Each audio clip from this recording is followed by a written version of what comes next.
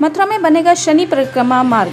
CM Yogi Adityanath की अध्यक्षता में कैबिनेट मीटिंग हुई समाप्त। बैठक में पर्यटन विभाग से जुड़े 2 प्रस्तावों को मिली हरी झंडी। मथुरा में बनेगा शनि परिक्रमा मार्ग। नई इलेक्ट्रिक वाहन नीति 2022 को भी मिली मंजूरी।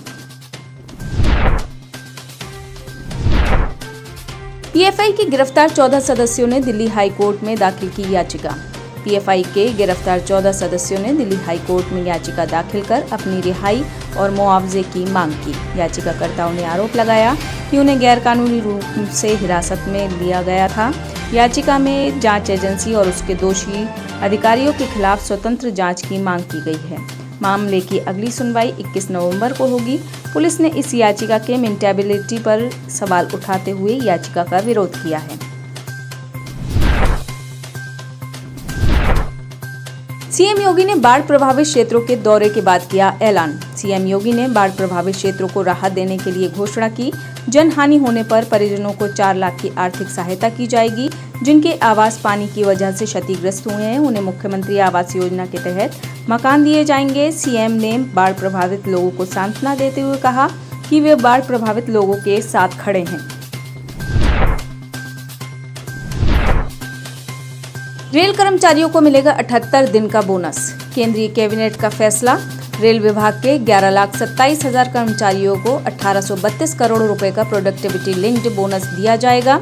यह 78 दिनों का बोनस होगा और इसकी अधिकतम सीमा 17,951 रुपए होगी।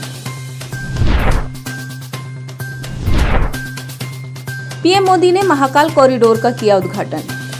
प्रधानमंत्री नरेंद्र मोदी ने उज्जैन महाकाल कॉरिडोर का उद्घाटन किया। कॉरिडोर उद्घाटन के बाद प्रधानमंत्री मोदी ने जनसभा को संबोधित किया। इस दौरान पीएम मोदी ने कहा कि महाकाल का बुलावा आया और ये बेटा आए बिना कैसे रह सकता है। इससे पहले पीएम मोदी ने महाकाल मंदिर में पूजा अर्चना और गर्भगृह में मंत्र जाप भी किया। कार्यक्रम में राज्यपाल मंगू भाई पटेल, मुख्यमंत्री शिवराज सिंह चौहान, केंद्रीय मंत्री ज्योतिरादित्य सिंधिया समेत तमाम नेता मौजूद थे।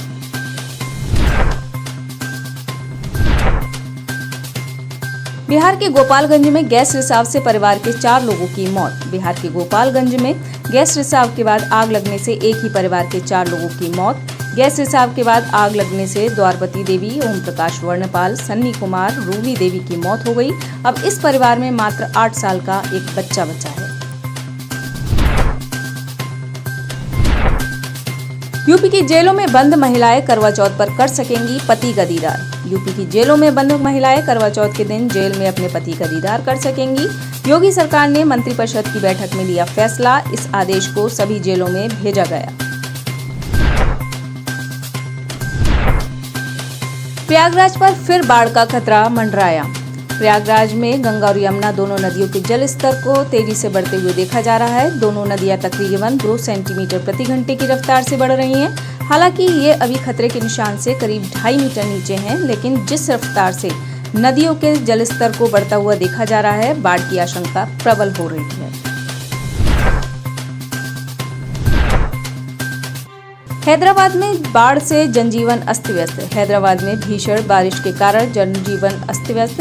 तेज बारिश के चलते शहर के सभी रास्ते जलमग्न। सड़कों पर पानी का बहाव इतना तेज था कि कई बाइक और ऑटो तक बह गए। इस भीषण बारिश से शहर की स्थिति गंभीर बनी हुई है। हैदराबाद के बोराबंडा क्षेत्र में एक व्यक्ति अपनी बाइक के साथ तेज बहाव में बह गया। जेपी नड्डा ने गुजरात दौरे के दौरान सपा पर कसा तंज। जेपी नड्डा ने गुजरात गौरव यात्रा को हरी झंडी दिखाने के बाद द्वारका में एक जनसभा को संबोधित किया। इस दौरान जेपी नड्डा ने अखिलेश यादव और कांग्रेस पर जमकर हमला बोला।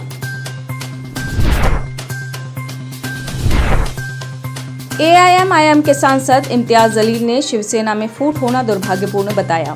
एआईएमआईएम के नेता इम्तियाज जलील ने शिवसेना में फूट होना दुर्भाग्यपूर्ण बताया। उन्होंने आगे कहा, लेकिन अब मुसलमानों का इस्तेमाल एक पंचिंग बैग की तरह नहीं होगा। उनका मतलब साफ था। उन्होंने कहा कि उद्धव ठाकरे गुट और एकनाथ शिंदे गुट के बीच रस्साकसी के बीच मुसलमानों के वोट की जरूरत तो पड़ेगी ही।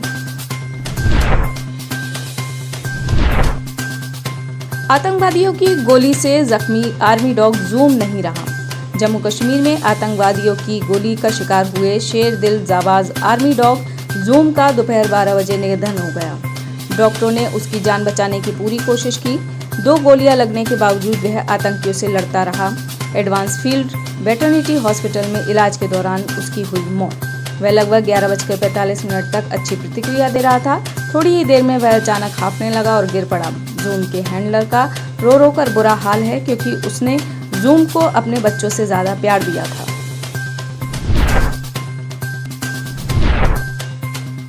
हिमाचल प्रदेश के ऊना में मोदी का जोरदार स्वागत। हिमाचल प्रदेश के ऊना में प्रधानमंत्री नरेंद्र मोदी का लोगों ने जोरदार स्वागत किया।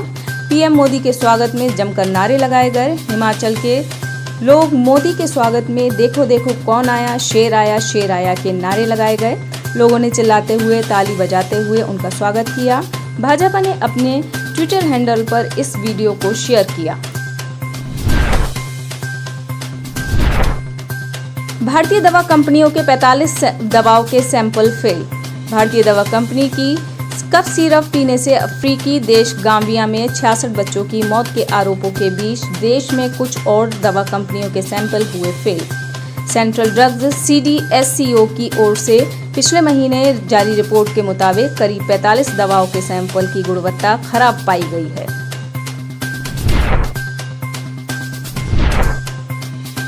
मतदाता सूची में शामिल नहीं किए जाएंगे जम्मू कश्मीर से बाहर के लोग। 1 साल से अधिक समय से चल रहे बवाल।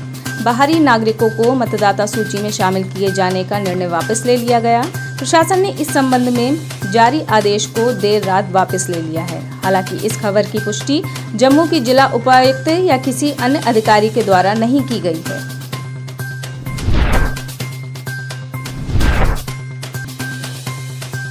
रूस ने दी खुली चेतावनी, नोटो में शामिल हुआ यूक्रेन तो होगा थर्ड वर्ल्ड वॉर। रूस और यूक्रेन के बीच तनाव की स्थिति के बीच क्रीमिया ब्रिज पर हुए अटैक के बाद राष्ट्रपति व्लादिमीर पुतिन ने अपनी अटैक की रणनीति में किया बदलाव। रूस की ओर से दी जा रही खुली चेतावनी से दुनिया भर में मची खलबली। रूसी संघ की सुरक्षा परिषद के उप सचिव अलेक्जेंडर वेनेडिक्टोव ने एक इंटरव्यू में कहा कि अगर यूक्रेन अमेरिका के नेतृत्व वाले NATO मिलिट्री अलायंस का हिस्सा बनता है तो फिर यह निश्चित तौर पर वर्ल्ड वॉर थर्ड की ओर ले जाएगा।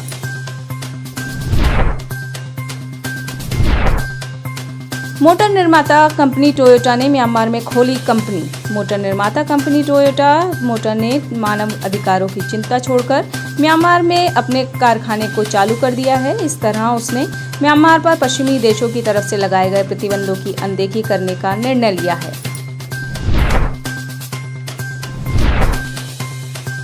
पाकिस्तान में हर दिन लगभग 12 महिलाएं होती हैं रेप का शिकार। इस्लामाबाद के एक आलीशान फार्म हाउस में पति के हाथों एक युवती की चौंकाने वाली हत्या के खुलासे के बाद पाकिस्तान में महिलाओं के खिलाफ हिंसा की बढ़ती घटनाएं उजागर हुई हैं, जिसमें पाकिस्तान में यातना, अपहरण, बलात्कार और हत्या शामिल है। पाकिस्तान में हर रोज लगभग 12 महिलाओं के साथ रेप की घटनाएं घटती हैं, यानी हर 2 घंटे में एक महिला दुष्कर्म का शिकार होती है।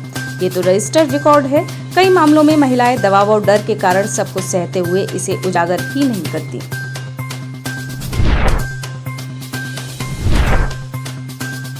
बाढ़ रही शिविर से वापस अपने घर जा रहे 18 लोग जिंदा जले। सिंध प्रांत के नूरीबाग पुलिस थाना क्षेत्र में एक बाढ़ राहत शिविर से एक वातानुकूलित बस से 80 लोग खैरपुर नत्थन शाह से कराची अपने घर वापस जा रहे थे। चलती बस के एयर कंडीशनिंग सिस्टम में आग लगने से अचानक बस धू-धू करके जलने लगी। बस के वातानुकूल संयंत्र में आग लगते ही हड़कंप मच गया। कुछ यात्री तो आग से बचने के लिए चलती बस से कूद गए। घटना की जांच की जा रही है। इस घटना में 18 लोग जिंदा जलकर मरे। हादसे में दर्जनों लोग झुलस गए हैं, जिन्हें आसपास के अस्पतालों में भर्ती कराया गया है। सऊदी अरब ने गुरुवार को लिया ऐतिहासिक फैसला। सऊदी अरब ने गुरुवार को एक ऐतिहासिक फैसला लेते हुए हज पर जाने वाली महिलाओं को पुरुष गार्जियन के बिना तीर्थ यात्रा करने की अनुमति दे दी है। सऊदी अरब के हज और उम्राह मंत्री तौफीक बिन फौजान अल रबीहा ने इस ऐतिहासिक फैसले की घोषणा की है। आप इस खबर के बारे में क्या सोचते हैं, हमें कमेंट सेक्शन में बताएं। साथ ही ब्रह्मास्त्र न्यूज को सब्सक्राइब और शेयर भी जरूर करें।